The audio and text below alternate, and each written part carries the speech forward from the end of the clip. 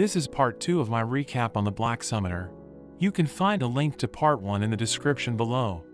At the end of the last episode, Kelvin defeated Gerard, the Ghost Knight, and added him to his party. At the guild, Kelvin runs into Leo, the guild master. He is shocked when Leo asks if he is from another world. Kelvin realizes Leo's appraisal skill is stronger than his concealment skill, so he can see all his stats and skills. In the guildmaster's room, Kelvin has no choice but to admit to being a summoner. He confronts Leo about why he did nothing about Cashel, and Leo admits he knew Cashel was a murderer, but because he was a noble of the Tricen nation, he needed to get proof, so he is grateful to Kelvin for dealing with him. Getting to the point of the conversation, Leo expresses his desire to become friends with Kelvin, noting he's met otherworlders in the past, such as the heroes of the Holy Empire Doremus. Melfina notes that she was the one who reincarnated them and promises to tell Kelvin more later. Leo continues his explanation about the heroes of Doremus, claiming that the priestess there foretold of the revival of the Demon Lord. The Demon Lord's influence has caused all other monsters to become stronger and more aggressive. Seeing that Kelvin already possesses the skills of an S-ranked adventurer, Leo asks him to protect the town in the stead of the heroes. They come to an agreement after Leo offers him a number of incentives, like increasing his rank and assistance on missions. Afterward, back at the inn, the innkeeper Claire congratulates him for reaching B rank. Enjoying his lunch in his room, Kelvin asks Melfina about the heroes of Doremus. She tells him that 1 year ago the priestess of the Doremus Empire performed a summoning ritual, so she reincarnated other people and had chosen them due to their good looks and knowledge. After hearing this, Kelvin retrieves his reward money from Clotho, whom he has been using for storage. Thanks to his gluttonous ability, he heads off to the alleyway where the slaves are being sold. He tells Gerard he plans to train a slave to become his rear guard to boost his party's strength. Upon reaching the alleyway, there is a man on fire. Kelvin spots the half-elf that he saw from the other day. The slave trader reveals nobody wishes to purchase her because she is cursed and will burn anyone that touches her. With his appraisal skill, Kelvin sees that she is cursed by the Fire Dragon King. He learns from Melfina that the only way to remove this would be an A-ranked white magic spell called Sacred Bless. Kelvin leaves as the elf watches him. Later, Kelvin returns and offers to buy the elf. The slave trader is confused why he would want a cursed slave, but he gives in when Kelvin hands him a bag of gold.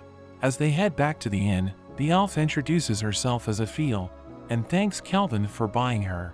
When Kelvin approaches her, she backs away, scared to hurt him with her curse. Kelvin casts Sacred Bless on her and breaks the curse. Finally being able to touch someone for the first time, Aphil breaks down and cries in gratitude to Kelvin. They return to the inn and Aphil is taken under the wing of Claire. Aphil is dressed up in a maid's outfit and they enjoy dinner together. After that, Kelvin reveals his secrets to her, telling her that he is a summoner and introducing her to Gerard and Clotho. He helps her with allocating her skill points and lets her choose to let her learn to make her own decisions. At night, however, they are forced to share a bed, causing Kelvin to experience a sleepless night. 1 month later, Aphil has become a deadly archer. By combining the Dragon King's blessing in archery, she has created her own original skill. At the guild, Angie, the guild secretary, congratulates them on another successful mission. Angie has become friends with Aphil and tells her about a new dessert cafe in town. They decide to go check it out and Aphil invites Kelvin to join them. The next day, the three meet up and Kelvin is stunned by how cute Aphil looks. They head to the cafe and Kelvin becomes embarrassed when Aphil tries to feed him. Everyone watches them, jealous that Kelvin is on a date with 2 girls. Suddenly their table is knocked over. The third prince of Tricen, Tabura, and his 2 guards interrupt. The prince arrogantly sends his guards to grab Angie and Aphil, so Kelvin beats them up and sends them flying. Kelvin binds him with his magic and forces him to explain his business. Tabura admits he came to hire a rumored strong adventurer to boost his poor reputation.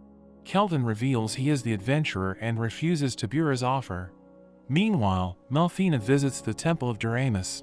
She appears before Colette the Oracle, who shows her how the heroes have been progressing. Melfina imparts a prophecy, ordering the heroes to deal with an evil in the west and to stay away from Parth, where Kelvin is staying. Melfina leaves just as the heroes arrive and Colette informs them of their new mission. Back at the inn, Ifil asks if Kelvin finds her attractive. Kelvin becomes flustered and Ifil tells him she loves him. Kelvin reassures her but resists his desire as she is still a slave and he feels he would be taking advantage. The next day, Melfina shows Kelvin the stats of the heroes of Doremus. Kelvin is not impressed, seeing that they are only around level 50 after a whole year. Melfina is also disappointed in them and sees that Kelvin has already almost surpassed them.